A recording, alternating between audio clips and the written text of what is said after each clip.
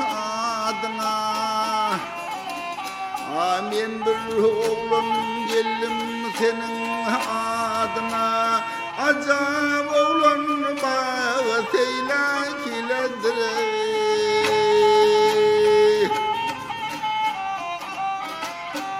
Sen bir şahsen yetiş benim dadıma. Vay acab oğlan bağı seylak iledir.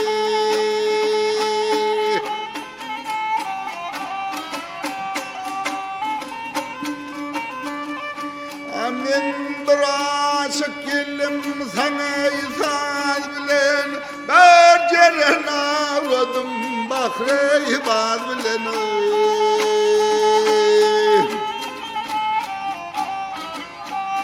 Bir işim var harman derle kıyız bilen. Acab oğlan bağı seyle geledir.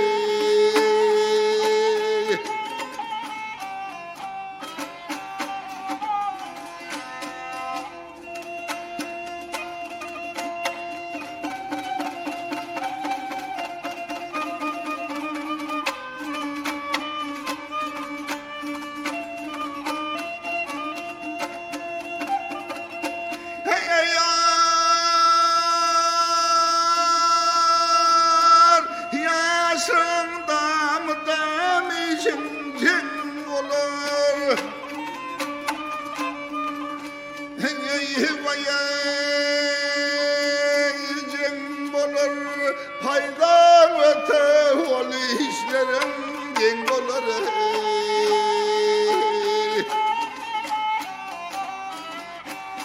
Otudan ağın tüm halın ten olur. Acayip oğlan bağı teyle geledir.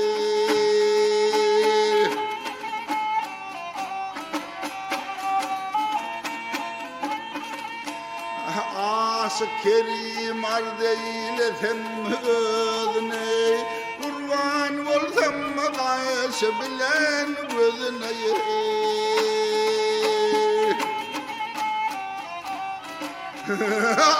Aşık oldum yine senin kıydına. Bayacak oğlum bağı teylak iledir.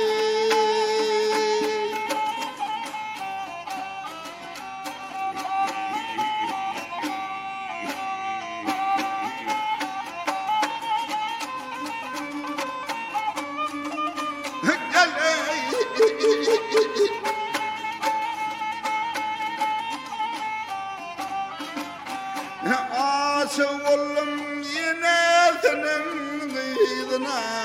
Acab oğlum